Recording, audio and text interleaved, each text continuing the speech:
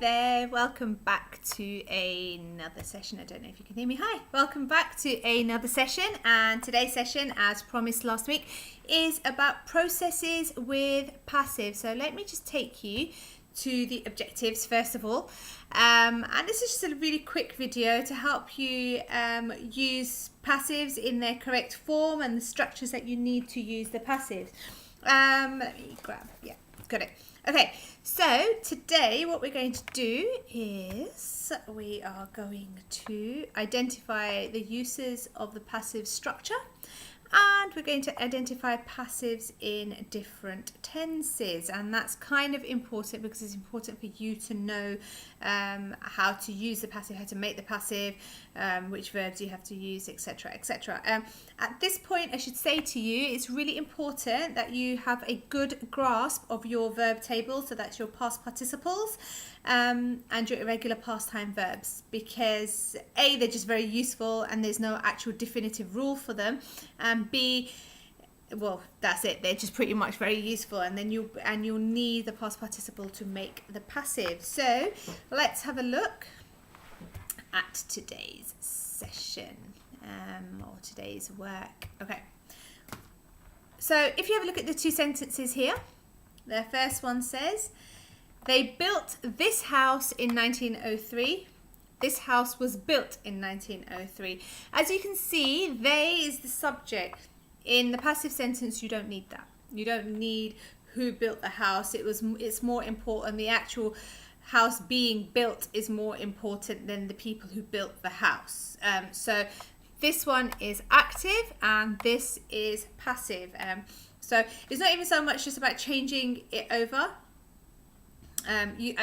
Changing the subject over. I mean, I suppose you could do. You could say this house was built in 1903 by them, which would be absolutely fine. But as you can see, in this particular sentence, it's not necessary. You don't need this. You don't need the they. You don't need the subject of the sentence. It's not important. It's only important in the active.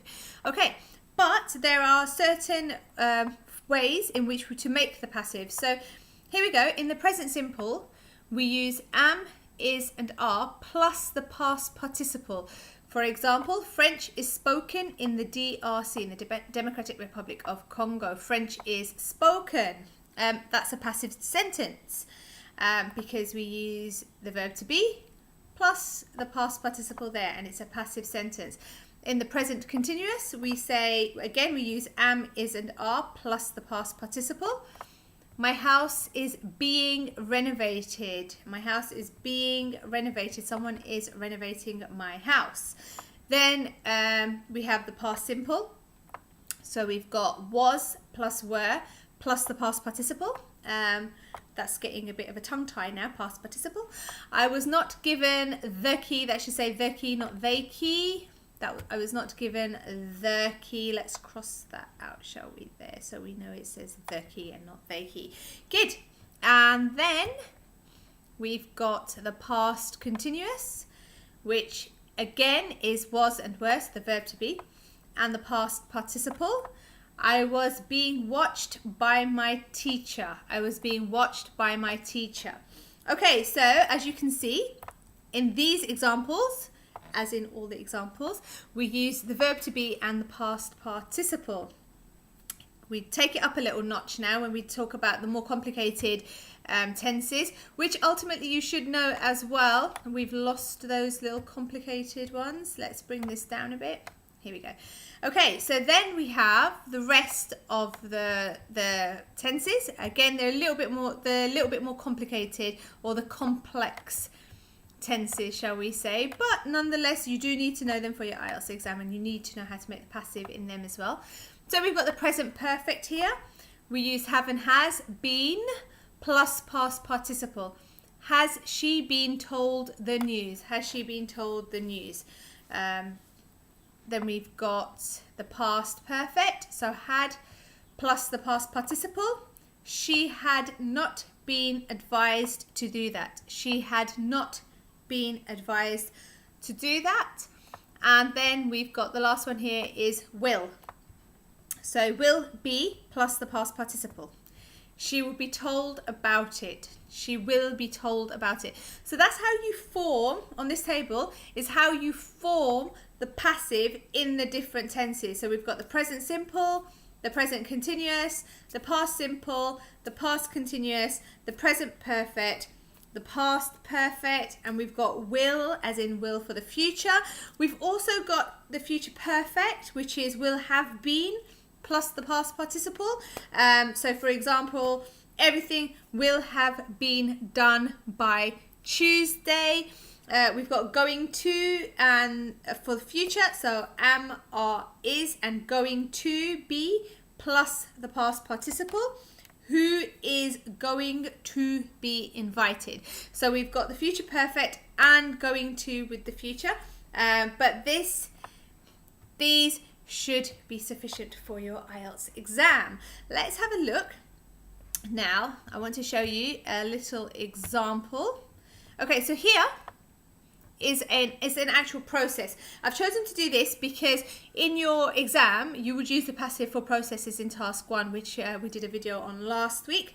So this is kind of just helping you along with that. So I want you to have a look at this and see if you can do it.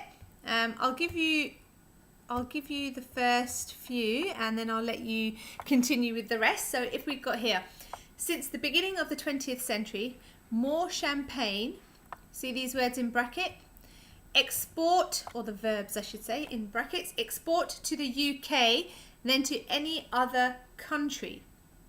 So since the beginning of the 20th century, more champagne, what tense would we use? We would use, let me just write this down for you. I need to move myself out of the way because I need to make these letters a bit smaller. A bit bigger than 13 though, because 13 is a bit too small. Since the beginning of the 20th century, more champagne has been exported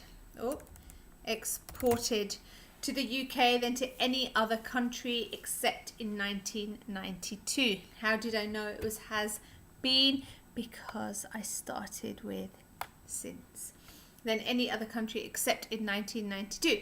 In that year, the highest total sell to Germany. So in that year, can you see 1992? That year is talking about 1992, that's our relative pronoun there. So in that year, the highest total,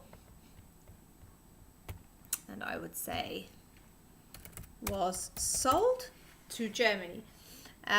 In the 17th century, many bottles of champagne lose because the glass was not strong enough to resist the pressure.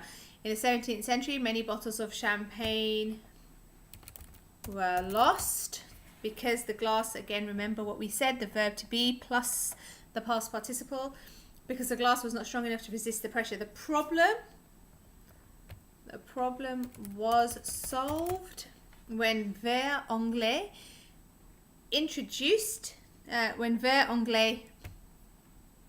was introduced. Okay, this was a much stronger glass which was produced in Britain in the 17th century. Okay, so I want you to have a look at the rest of this, hit and import, and see if you can complete them yourself after having looked at our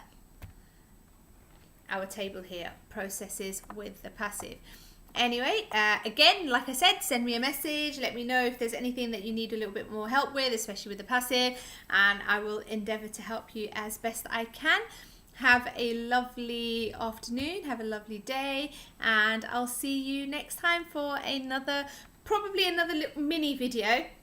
And then what we'll do is we'll do some task 2 videos after that. Take care and bye bye.